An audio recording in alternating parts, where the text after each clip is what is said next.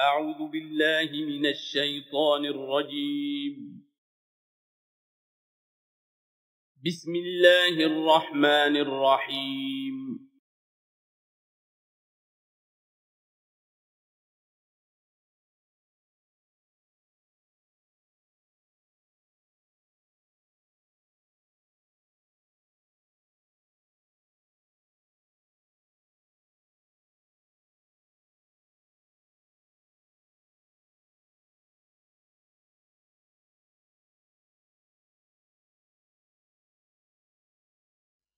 الحمدللہ وکفا والصلاة والسلام علی عبادہ الذین اصطفیٰ، خصوصاً علی افضلہم وخاتم النبیین محمد الامین وعلی آلہ وصحبہ اجمعین. اما بعد فقد قال اللہ تبارک وتعالی کما ورد فی سورة النساء: اعوذ باللہ من الشیطان الرجیم، بسم اللہ الرحمن الرحیم. یا ایھا الناس اتقوا ربکم الذی خلقکم من نفس واحدۃ وخلق منها زوجها وبث منہما رجالا کثیرا ونساء واتقوا اللہ الذی تساءلون به والارحام ان اللہ کان علیکم رقیبا. صدق اللہ العظیم.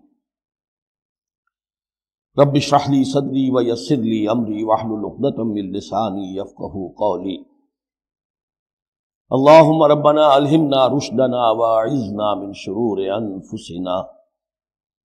اللہم ارنا الحق حقا وارزقنا اتباعہ وارنا الباطل باطلا وارزقنا اجتنابہ. اللہم وفقنا لما تحب وترضى. اللہم آنس وحشتنا فی قبورنا وارحمنا بالقرآن العظیم. اللہم اجعلہ لنا اماما ونورا وہدا ورحمہ. اللہم ذکرنا منہ ما نسینا وعلمنا منہ ما جہلنا وارزقنا تلاوتہ آناء اللیل وآناء النہار واجعلہ لنا حجتا یا رب العالمین.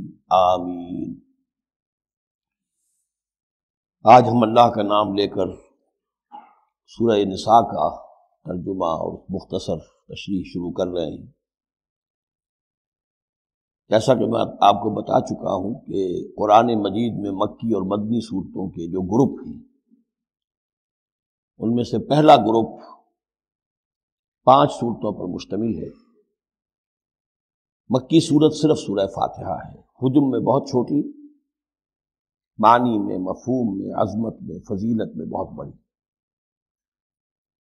اس کے بعد 4 صورتیں جو ہیں وہ مدنی ہیں: بقرہ، نساء، آل عمران اور مائدہ. اور یہ جو 4 صورتیں ہیں یہ دو صورتوں کے 2 جوڑوں کی شکل میں. سورۃ البقرہ، سورۃ آل عمران، یہ الزہراوین، خود حضور نے ان کو ایک نام دیا مشترک، اور ان میں جو مناسبتیں ہیں، مشابہت ہیں، وہ تفصیل کے ساتھ ہمارے ترجمے کے دوران سامنے آتے رہی ہیں. نسبت زوجیت کس اعتبار سے ہے، ایک دوسرے کی تکمیل کس پہلو سے کرتی ہیں، یہ بات بھی سامنے آئی. اب جو 2 صورتیں ہیں یہ سورۃ النساء اور سورۃ المائدہ، یہ جوڑے کی شکل میں ہیں. ان میں ایک تو بڑا کنٹراسٹ نظر یہ آئے گا کہ سابقہ 2 صورتوں میں پہلے حروف مقطعات اور دونوں میں پھر قرآن مجید اور کتب سماویہ کی عظمت کا بیان، جبکہ ان دونوں صورتوں میں کوئی تمہیدی اس طرح کی گفتگو نہیں ہے، براہ راست خطاب ہو رہا ہے. البتہ یہ فرق ہے وہ نسبت زوجیت کے اعتبار سے کہ سورہ نساء میں خطاب ہے یا ایھا الناس، اے لوگو، خطاب عام ہے، اور سورۃ المائدہ کا آغاز ہوتا ہے یا ایھا الذین آمنوا، وہاں خاص ہے، انسانوں میں سے جو لوگ ایمان کے دعوے دار ہیں. باقی جس طرح سورہ بقرہ اور سورہ آل عمران نصفین میں منقسم ہیں، اس طرح کا معاملہ ان دونوں صورتوں کا نہیں ہے.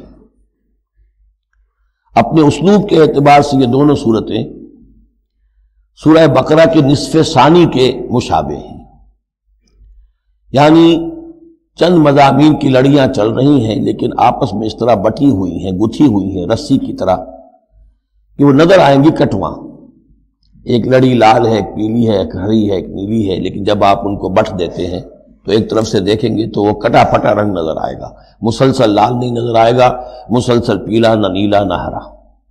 کھول دیں گے تو معلوم ہوگا کہ وہ تو واقعتاً ایک علیحدہ لڑی ہے، ایک نیلی ہے، ایک پیلی ہے۔ تو وہاں تو میں نے سورہ بقرہ میں آپ کو بتایا تھا کہ 4 ڈوریاں ہیں، 2 کا تعلق شریعت سے، شریعت میں 2 لڑیاں ہوئیں، ایک عبادات اور ایک معاملات۔ 2 کا تعلق ہے جہاد فی سبیل اللہ سے، ایک جہاد بالمال یعنی انفاق فی سبیل اللہ، اور ایک جہاد بالنفس کی آخری شکل یعنی قتال فی سبیل اللہ۔ یہ چاروں کا تانا بانا سورہ بقرہ کے نصف ثانی میں تھا۔ یہاں سورہ نساء میں بھی آپ دیکھیں گے کہ 3 لڑیاں ہیں یہاں، اور وہ اسی طرح آپس میں گتھی ہوئی ہیں، نظر آئیں گی کٹواں، لیکن اگر آپ ان سب کو علیحدہ علیحدہ کر لیں تو وہ اپنی جگہ پر ایک علیحدہ مضمون بن جائے گا۔ لیکن یہاں پر جو خطاب ہے، ایک لڑی تو وہ ہے کہ جس میں خطاب ہے اہل ایمان سے، اور وہ اسی طریقے سے جیسے سورہ بقرہ میں وہی 4 چیزیں اس میں آئیں گی، قتال، انفاق اور احکام شریعت، عبادات۔ لیکن دوسرا خطاب ہے اس میں اہل کتاب سے، اس میں یہ کہ نصارہ اور یہود دونوں گڈمڈ ہیں، ملے جلے ہیں۔ اب اہل کتاب کا معاملہ ہے، پہلی 2 صورتوں میں علیحدہ علیحدہ مسئلہ چل رہا تھا۔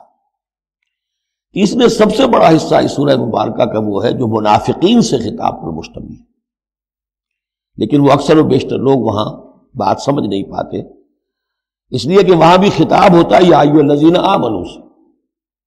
پورے قرآن میں کہیں یا ایھا الذین نافقوا نہیں آیا، یا ایھا الکافرون بھی ہے، یا ایھا الذین کفروا بھی ہے، یا ایھا الذین آمنوا بھی ہے، یا ایھا الذین نافقوا کہیں نہیں۔ اس لیے کہ منافق بھی قانوناً تو مسلمان ہی ہوتے تھے۔ تو اصل میں یہ بڑی گہری نظر کی ضرورت ہے کہ یہ پہچانا جائے کہ یہاں یا ایھا الذین آمنوا مومنین صادقین کی طرف روح سخن ہے یا منافقین کی طرف؟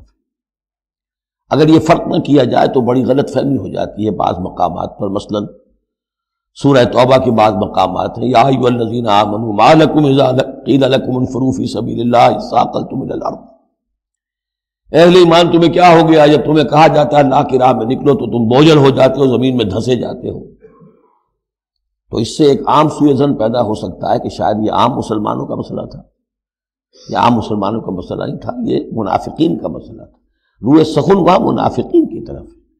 مومنین صادقین تو ہر وقت اس کے لیے آمادہ رہتے تھے کھلے دل کے ساتھ، کہ واپس نہیں پھیرا کوئی فرمان جنوں کا، تنہا نہیں لوٹی کبھی آواز جرس کی، وہ تو تیار ہر وقت۔ تو اصل میں یہ دیکھنا ہوتا ہے کہ کس آیت میں رخ کس کی طرف ہے۔ اس اعتبار سے یہ سورہ مبارک کا اہم ترین ہے، لیکن سورہ بقرہ میں تو پورے میں لفظ نفاق آیا ہی نہیں۔ یہ حکمت خداوندی ہے کہ اس مرض کو پہلے چھپا کے رکھا ہے، کہ علامات تو بیان کر دی کہ یہ بیماری ہے، تاکہ جو بھی متنبہ ہو جائے وہ اپنے علاج کی طرف متوجہ ہو جائے۔ لیکن یہ کہ جو لوگ نہیں متوجہ ہوئے، معلوم ہوا کہ اب ان کو تھوڑا سا نمایاں کرنا ضروری ہے، بات عریاں کر کے کرنی پڑے گی۔ تو سورہ آل عمران میں 1-2 جگہ نفاق کا لفظ آ گیا، لیکن یہاں اب جو سب سے بڑا مضمون ہے سورہ بقرہ میں وہ منافقین کا ہے۔ یوں سمجھیے کہ 176 جو اس کی آیات ہیں، اس میں سے 55 آیتیں ہیں کہ جن کا جو میرا تجزیہ ہے روح سخن ہے مومنین صادقین کی طرف۔ صرف 37 آیات ہیں کہ جن میں خطاب ہے اہل کتاب سے، یہود اور نصارہ سے مشترک طور پر، اور 84 آیات ہیں جن میں خطاب منافقین سے۔ لیکن وہی بات جو میں نے عرض کی کہ جہاں بھی ان سے بات ہوگی یا ایھا الذین آمنوا کے حوالے سے ہوگی، اس لیے کہ ایمان کے دعوے دار تو وہ بھی تھے۔ منافق تو وہی ہوتا ہے کہ جو دعویٰ کرتا ہے ایمان کا، چاہے وہ شعوری طور پر منافق ہو چاہے غیر شعوری طور پر منافق ہو، لیکن یہ کہ دعویٰ ایمان تو اس میں موجود ہوگا۔ سورہ نساء اور سورہ مائدہ کے مابین ایک فرق نوٹ کر لیجئے۔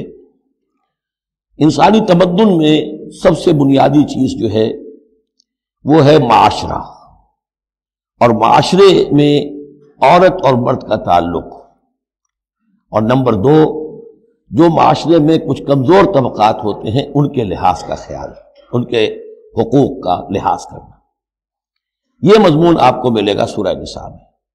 آئلی قوانین تفصیل سے آ چکے سورہ بقرہ میں، جو رشتہ جڑتا ہے ایک مرد و ایک عورت کے مابین ازدواج کا، جس سے کہ پھر خاندان وجود میں آتا ہے، تو وہ جو سب سے بنیادی یونٹ ہے معاشرے کا، اس کی جڑ بنیاد کا تو سارا تفصیل سے معاملہ آ چکا ہے سورہ بقرہ میں۔ سورہ آل عمران اس اعتبار سے منفرد ہے کہ اس میں شریعت کے احکام نہیں ہے سوائے اس ایک حکم کے جو سود کے بارے میں آیا ہے، لا تاکلوا الربا اضعافا مضاعفا، کوئی اور احکام شریعت جو ہے اس میں نہیں۔ لیکن یہاں اب آپ کو جو تمدن کی معاشرتی سطح کے اوپر خاص طور پر جو دبے ہوئے پسے ہوئے طبقات تھے اس معاشرے میں، ان کی ایمینسیپیشن، ان کو اوپر اٹھانا، ان کے حقوق کی طرف متوجہ کرنا، یہ آپ کو نظر آئے گا۔ پھر اس معاشرے کے اندر سیکس کا معاملہ، اگر سیکشول انارکی ہو تو تباہی پھیل جائے گی، تو اس میں ابتدائی اقدامات جو ہیں وہ اس صورت کے اندر آئے ہیں۔ سیکس ڈسپلن کیسے امپوز کرنا ہے مسلمانوں تمہیں اپنے معاشرے کے اندر، بے راہ روی سے کیسے ڈیل کرنا ہے۔ تو اس طریقے سے تمدن کی جو بنیادی جو منزل ہے اس پر گفتگو ہو رہی ہے۔ سورہ مائدہ میں جا کر پھر جو تمدن کی بلند ترین منزل ہے ریاست، اور یہ کہ پھر اعلیٰ سطح کے اوپر عدالتی نظام، چوری ڈاکہ وغیرہ کا سد باب، اس کے لیے کیا حدود ہیں، اس کے لیے کیا تعزیرات ہیں، یہ بھی آگے آئیں گی۔ باقی سورہ نساء میں جیسے ہے ویسے ہی سورہ مائدہ میں بھی اہل کتاب سے بھی آخری خطاب ہوگا۔ تو جیسا کہ میں نے عرض کیا تھا کہ یہ پہلا گروپ جو ہے اس میں دو لڑیاں ہیں، ایک ہے یہ شریعت کا گروپ ہے، شریعت شروع ہو رہی ہے، بلو پرنٹ اس کا سورہ بقرہ سے، اس کے تکمیلی احکام سورہ مائدہ میں، اور دوسرا اس میں خطاب ہے اہل کتاب کے ساتھ، وہ بھی تدریجاً بڑھ کر آخری باتیں وہ ہے کہ جو پھر سورہ مائدہ میں ہمیں ملیں گی۔ بس اتنی تمہید اور اس میں بھی خاصا وقت صرف ہو گیا ہے۔